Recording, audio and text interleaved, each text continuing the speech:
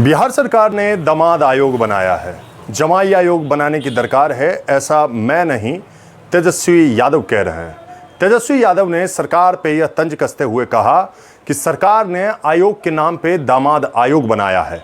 चाहे रामविलास पासवान के दामाद मृणाल पासवान हों, अशोक चौधरी के दामाद शायन कुणाल हों या जीतन राम मांझी के दामाद देवेंद्र मांझी हों, बिहार सरकार द्वारा गठित की जाने वाली आयोगों में इन कद्दावर नेताओं के संबंधी रिश्तेदारों को वैतनिक सदस्य बनाया गया है, जिनका वेतन बिहार लोक सेवा आयोग के अध्यक्ष और सदस्यों के बराबर होगा। बिहार सरकार के ऐसे 20 से अधिक आयोग, बोर्ड, निगम हैं, जिसमें लगभग 200 से अधिक लोगों का चयन सरकार अपने मन मुताबिक करती है। सरकार समाज कल्याण के नाम पर अपने नेताओं के सगे संबंधियों को इसमें प्रवेश करवाती है और बैठे बिठाए उन्हें लाखों रुपए की सैलरी देती है। अध्यक्ष, उपाध्यक्ष को वेतन जहां 2 से 3 लाख के बीच होती है, वहीं सदस्यों का वेतन 1 लाख से ऊपर होता है। सरकार उन्हें और भी सुविधाएं मुहैया करवाती हैं। मछुआरा आयोग, बाल आयोग, युवा आयोग, महिला आयोग, सवर्ण आयोग, पिछड़ा आयोग, अति पिछड़ा आयोग, किसान आयोग इत्यादि ऐसे कई आयोग और बोर्ड हैं जो सरकार समय समय पर गठित करती है।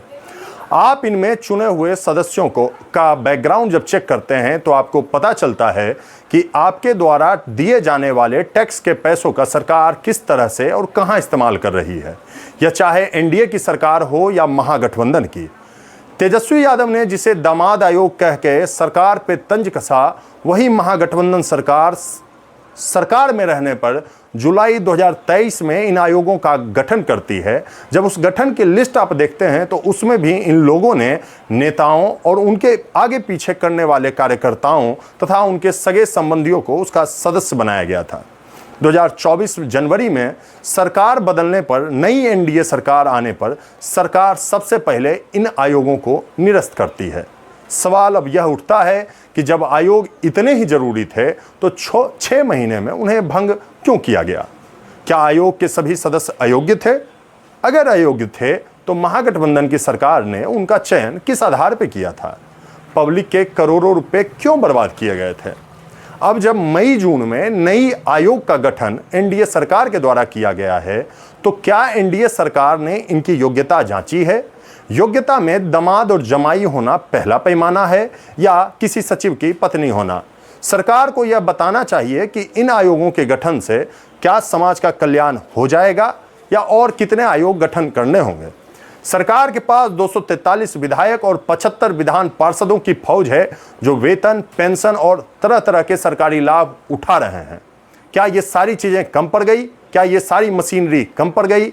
सरकार के पास एक बड़ा प्रशासनिक तंत्र का फौज है, क्या ये सारे के सारे लोग इनकम्पिटेंट थे? सरकार अगर चाहे तो बीडी आयोग, भुंजा आयोग और चिलम बोर्ड का गठन कर समाज कल्याण में अपनी महती भूमिका निभा सकती है। खैनी आयोग का गठन करना राज्य के नेताओं की मांग है। नमस्कार, आप देख रहे हैं वर्षिया लौटा। हमारा नाम है सुंदरम। आप हमें यूट्यूब और फेसबुक दोनों जगह पे सुन सकते हैं। देखते रहें, जुड़े रहें।